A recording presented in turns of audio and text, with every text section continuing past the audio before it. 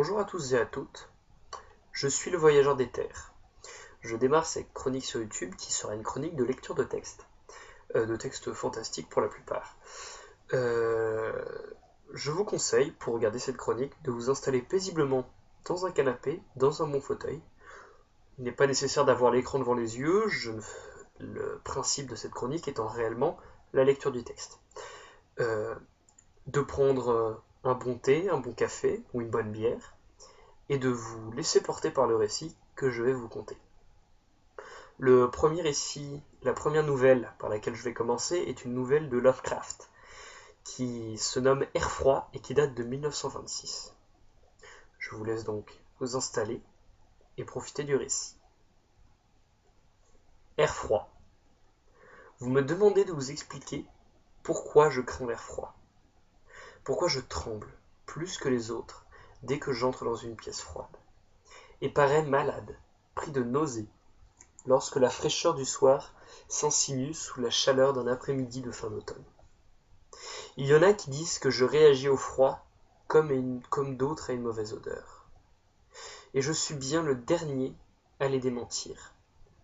Ce que je vais faire maintenant, c'est vous rendre compte de l'incident le plus abominable qui me soit jamais arrivé.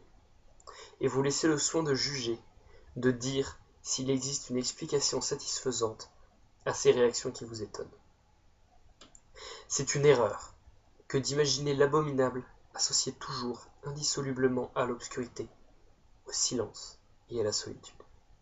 Moi, je l'ai rencontré dans la clarté d'un après-midi, au sein d'une métropole trépidante, alors que je me trouvais soumis à la promiscuité que garantit une portion meublée de la catégorie la plus ordinaire, entouré de ma triste propriétaire et de 2 hommes robustes. Au printemps de 1923, j'avais réussi à tirer quelques commandes à un périodique, travaux aussi peu lucratifs que fastidieux. Je me trouvais dans la ville de New York, incapable évidemment de payer un loyer élevé. Je m'étais mis à dériver, de meublé en meublé, tous aussi détestables les uns que les autres, à la recherche de la chambre qui combinerait propreté acceptable, mobilier relativement décent et prix plus raisonnable. Je m'aperçus vite que je tombais irrémédiablement de Charby dans celle-là. Mais je finis néanmoins par trouver une maison située sur la 14e rue Ouest, qui me déplut un peu moins que les précédentes. C'était un immeuble de grès, à 4 étages, construit sans doute quelque temps avant 1850. Meublé de cheminées, de marbre et de boiseries, dont la splendeur fatiguée attestait d'une ancienne opulence, suivie d'un déclin rapidement précipité. Dans les chambres, grandes, hautes de plafond, décorées d'un papier impossible, et de corniches de plâtre aussi complexes que grotesques, dominait une odeur de moisi et de relents de cuisine lointaine. Mais les planchers étaient frottés, les draps supportables, et l'eau chaude n'était que rarement froide coupée, si bien que j'en ai à considérer cet endroit comme une tanière assez propice à l'hibernation, en attendant de me retrouver capable de vivre.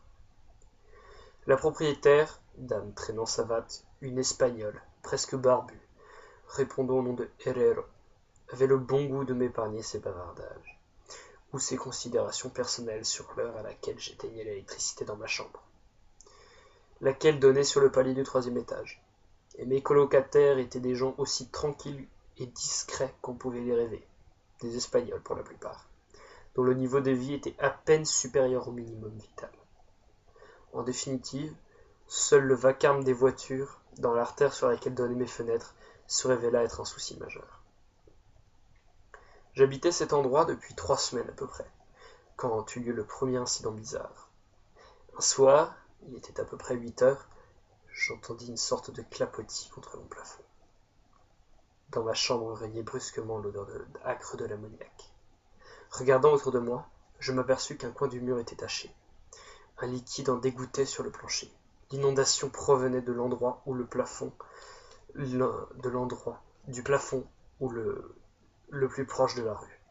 Soucieux de prendre le mal à la racine, je me précipitai en bas pour avertir la propriétaire des ennuis qui m'arrivaient. Elle m'assura que les choses seraient vite remises en ordre. C'est le docteur Munzio, expliqua-t-elle, escaladant l'escalier devant moi. Il a renversé ses drogues. Il est trop malade pour pouvoir se soigner. Oh, il est de plus en plus malade, vous savez. Et il ne veut pas qu'on l'aide. Il est très bizarre dans sa maladie. Toute la journée, il prend des bains avec des odeurs bizarres. Il ne faut pas qu'il s'agite ou qu'il ait chaud. Il fait tout son ménage tout seul.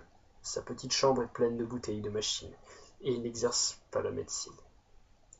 Mais il était célèbre autrefois. Mon père avait entendu parler de lui à Barcelone. Encore récemment, il a arrangé le bras du plombier. Il ne sort jamais que sur le toit. Et c'est mon fils Esteban qui lui apporte sa nourriture, son linge, ses médicaments et toutes ses drogues. Seigneur, tout cet ammoniac qu'il prend pour avoir froid. Madame Herrero disparut en direction du 4e étage. Quant à moi, je me retirai dans ma chambre. Quelques instants plus tard, l'ammoniac cessa de couler. Et tandis que j'épongeais mon plancher et ouvrais la fenêtre pour évacuer l'odeur, j'entendais de nouveau, au-dessus de moi, les pas lourds de ma propriétaire. Aucun bruit ne venait jamais de chez ce docteur Munzio, hormis des grondements qui faisaient penser à quelques mécanismes mus par un moteur à explosion. Il marchait toujours à pas feutrés. Un moment, je me demandais quelle pouvait être sa maladie, et si son refus systématique d'entrer en contact avec l'air extérieur ne procédait pas tout simplement d'une manie sans grand fondement. Il a dit il y a, me dis-je gravement, quelque chose de terriblement poignant dans le sort d'une personne éminente qui a sombré. J'aurais bien pu ne jamais faire la connaissance du docteur Munzio, sans la crise cardiaque qui me serrait la poitrine au début d'après-midi, alors que j'étais en train d'écrire dans ma chambre.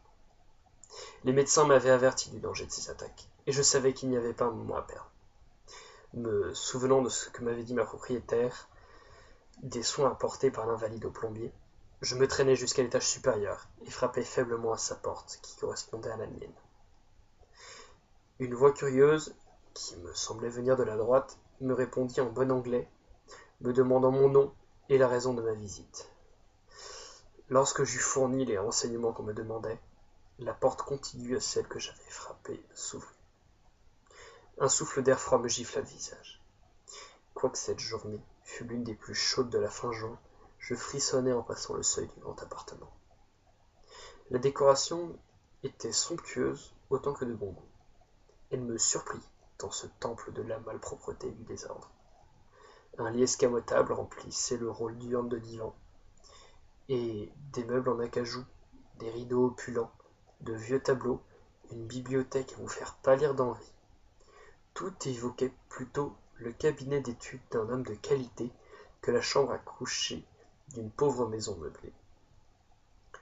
Je compris que la pièce située au-dessus de mon logement, la petite chambre, avec les bouteilles et les machines dont m'avait parlé Madame Herrera, était tout simplement le laboratoire du médecin, et que ses quartiers d'habitation se trouvaient dans la pièce voisine, cossue avec ses confortables alcôves. Elle était flanquée d'une salle de bain, dont les placards recelaient et masquaient tous les ustensiles de la vie quotidienne. Le docteur Munzio, c'était évident, était un homme de goût, cultivé et de bonne naissance. Le petit homme qui se trouvait devant moi était admirablement proportionné. Ses vêtements, quoiqu'un peu guindés, étaient d'une coupe parfaite, qui lui allait à merveille. Une tête très distinguée, une expression supérieure mais dépourvue de toute arrogance, un collier de barbe coupé court et gris fer, un pince-nez à l'ancienne mode, encadrait des yeux sombres et vivants et surmontait un nez aquilin qui donnait une sorte d'apparence mauresque à une physionomie typiquement ibéro-celte.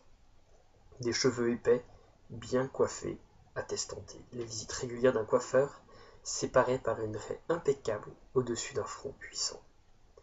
Cet ensemble dégageait l'impression d'une intelligence rare et d'une nature bien supérieure à la moyenne.